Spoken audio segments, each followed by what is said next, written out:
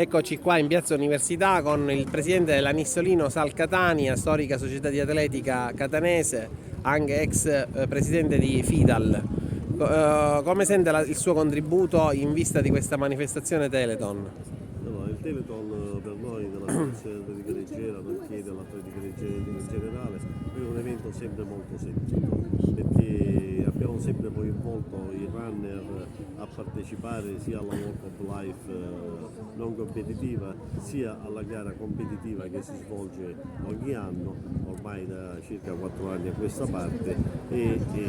che sarà invece questa domenica 23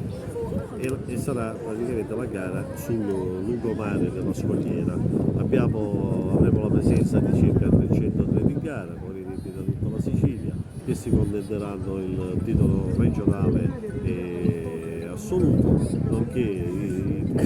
faranno classifica anche come il Gran Prix provinciale 2023 e si assegneranno anche i titoli provinciali P-Side, sempre sulla distanza di 10 km. Quindi l'appuntamento è per domenica 23 al Monumento dei Caduti con partenza e arrivo da lì,